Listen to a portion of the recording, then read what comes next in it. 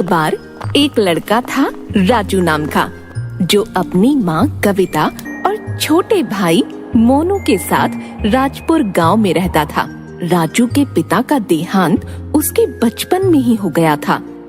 तब से राजू की माँ ने ही घर के लिए पैसे कमाने की जिम्मेदारी उठाई। कविता ने बहुत मेहनत की अपने बच्चों का पालन पोषण करने के लिए। पैसों की कमी की वजह से राजू ने स्कूल तक छोड़ दिया और अपनी माँ के साथ काम करने लग गया। उन्होंने मोनू की पढ़ाई को नहीं रोका। कविता हलवाई की दुकान पर मिठाइयाँ बनाने का काम करती थी। राजू भी, जो कि अपनी माँ के साथ काम पर जाने लगा था, उसने देखा कि यह माहौल कुछ अलग और अनोखा था। कैसे बूंदी को कढ़ाई में तल के चाशनी में डुबोकर लड्डू बनाए जा रहे थे, कैसे बेसन और बूरे को मिलाया जा रहा था, फिर उसके लड्डू बनाए जा रहे थे और अंत में बर्तन में रखकर टेबल पर सजाए जा रहे थे। यह सब राजू को बहुत पसंद आया। घर जाने के बाद, माँ, मुझे हलवाई का काम बहुत पसंद आया। सच में बेटा? फिर क्यों ना रोज तुम मेरे साथ आ जाओ, बस काम के लिए नहीं, सब कुछ सीखने के लिए भी, ताकि तुम एक दिन एक बहुत बड़े हलवाई बन जाओ, है ना? हाँ माँ, मैं वादा करता हूँ। उस दिन से राजू उस काम को और गौर से देखने लगा। उसने जल्द ही सब कुछ सीख लिया। राजू को इस काम में बहुत दिलचस्पी हो गई और वह काम को बहुत जल्दी करने लगा। बाकी के सभी कारीगर राजू की कला को देखकर हैरान रह गए। सभी लोग उसकी बहुत तारीफ करते थे और उसकी माँ को भी अपने बेटे पर बहुत गर्व महसूस होता था। इसी तरह राजू ने 5 साल मन लगाकर काम किया। इसी दौरान राजू की माँ की तबीयत अचानक खराब हो गई और उसने काम पर जाना बंद कर दिया।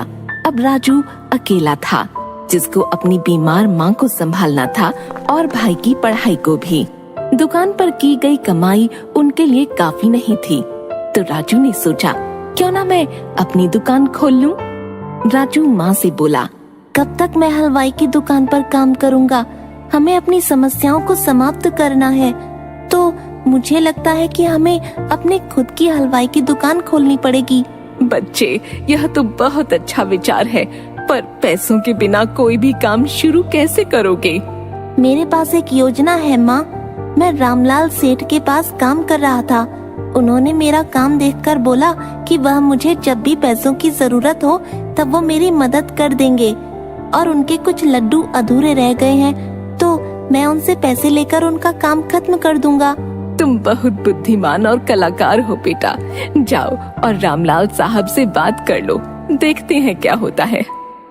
राजू रामलाल सेठ के पास जाकर अपनी योजना के बारे में उनको बताता है।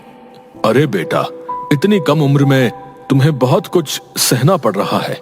मैं तुम्हारी मदद जरूर करूंगा, लेकिन ऐसे काम के लिए तुम्हें कम से कम 5 लोगों की जरूरत है। तुम कहाँ से लाओगे?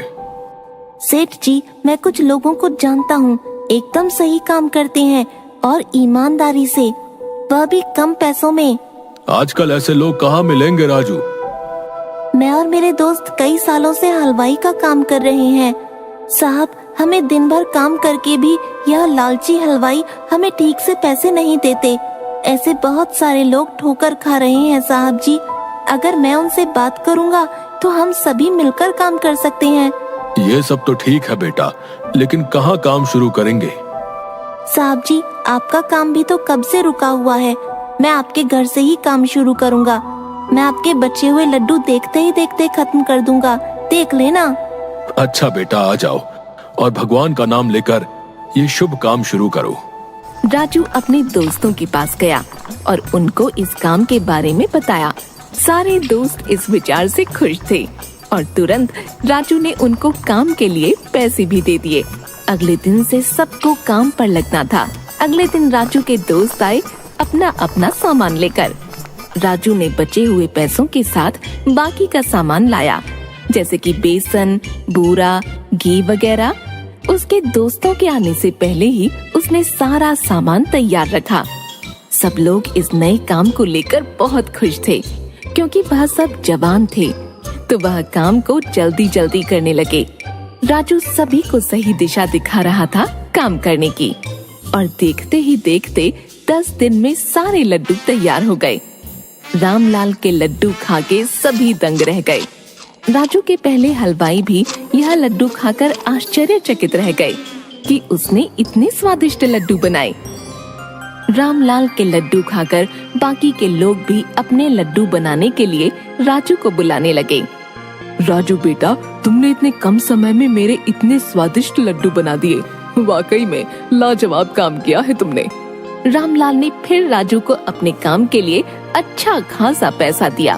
पैसों के साथ उसने अपनी माँ के स्वास्थ्य का ख्याल रखा और अपने भाई को बेहतर स्कूल में डाला, और उसने खुद के परिवार के लिए भी एक मिठाई की दुकान खोल ली। 20 वर्ष के अंदर अंदर उसने कई प्रकार के लड्डू बना दिए। उसने अपनी कला का इस्तेमाल किया और अपनी मेहनत के साथ, जिसकी वजह से उसको प्रशंसा मिली। अंत में उसने अपने